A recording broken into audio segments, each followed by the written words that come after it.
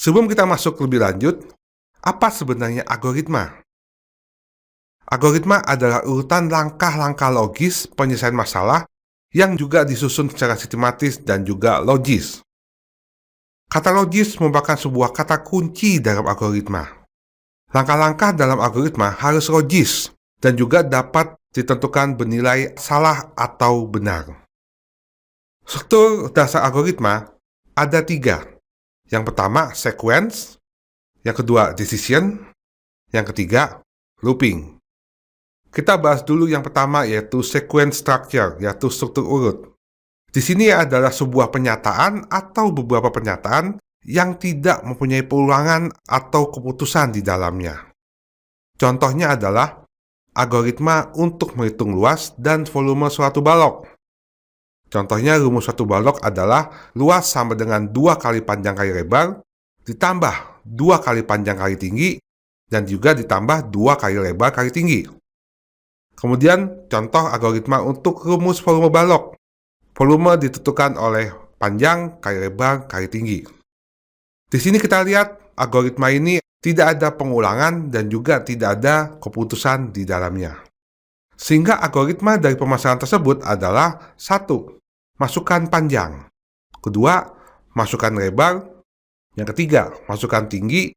Kemudian keempat, dimasukkan rumus dari luas. Yang kelima, dimasukkan rumus daripada volume, dan 6 dan 7 adalah tampilkan luas dan juga tampilkan volume. Ini adalah contoh daripada sequence untuk sequence structure, yaitu flowchart-nya bagaimana, urutannya bagaimana.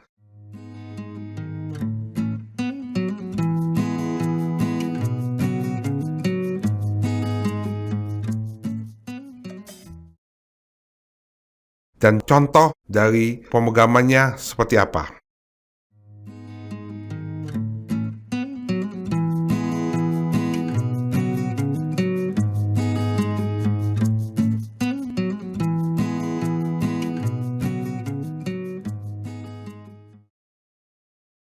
Ini contoh hasilnya seperti apa.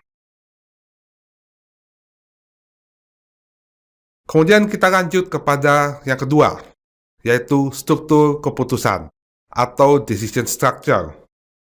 Di sini digunakan untuk memilih salah satu alternatif jawaban yang tepat dari pilihan yang ada. C++ menyediakan 2 perintah pengambilan keputusan, yaitu if dan juga switch. Contoh kasusnya adalah seperti ini.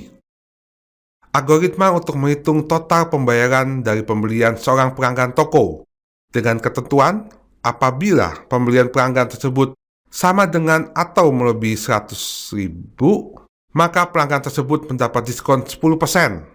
Jika tidak, pelanggan tersebut hanya mendapat diskon 5%. Algoritmanya adalah sebagai berikut. Yang pertama, masukkan pembelian. Yang kedua, jika pembelian lebih besar pada 100.000, maka diskon 10% dari pembelian. Totalnya adalah pembelian dikurangi diskon.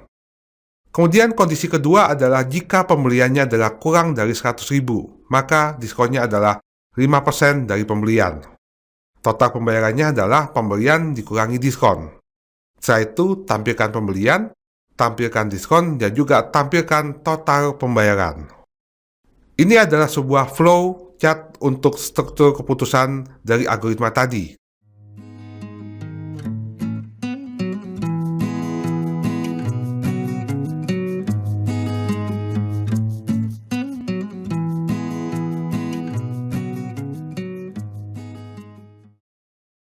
Ini adalah sebuah pemrograman untuk algoritma tersebut.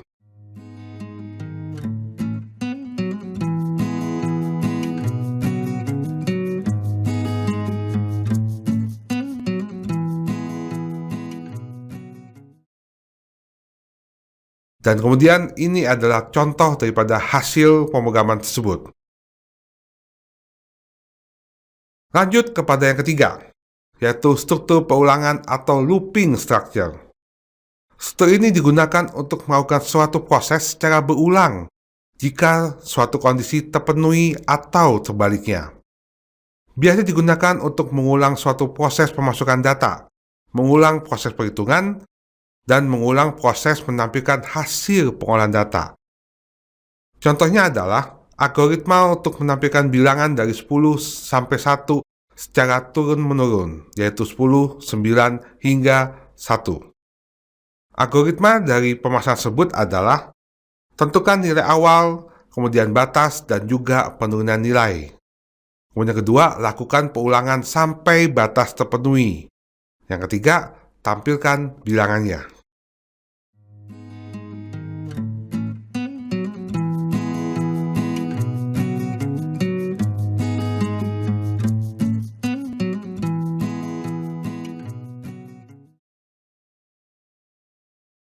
Contoh pemrograman daripada looping structure.